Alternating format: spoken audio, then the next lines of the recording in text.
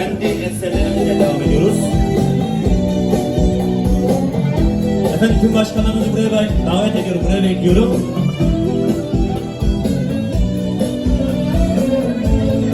Tam 5 dakika sonra bizden ezan başlıyor. Bir şarkıdan. Tam bekliyorum.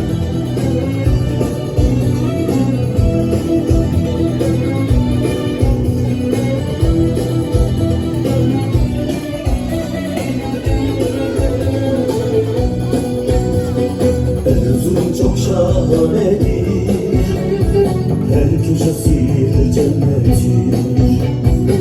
Yazı kışı sonbaharı, bir başkanın memleketi. Sonbahar yaylasına, kar beyaz dağlarına, buz gibi sularına, hasretim hasret kal. Sonbahar yaylasına, kar beyaz dağlarına, buz gibi sularına, hasretim hasret kal. Buz gibi sularına, hasretim hasret kal.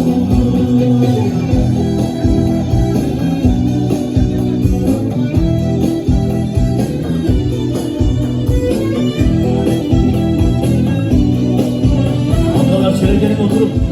Arkadaşlar.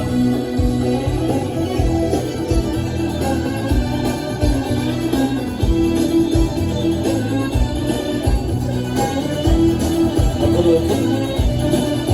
Bugün size ayrılmış o güzel yerler. Taşların diyarıdır, insanoğlunun asıdır. Kan döken sevdasıdır, alimlerin deryasıdır. Sonbahar yaylasına, kar beyaz dağlarına, buz gibi sularına, hasretim hasret kal.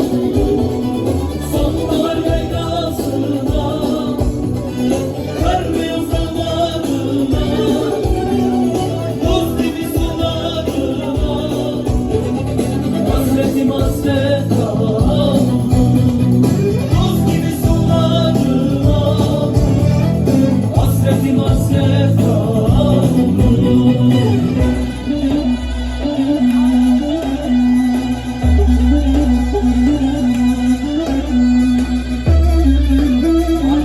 Yerine gelmiş maşallah.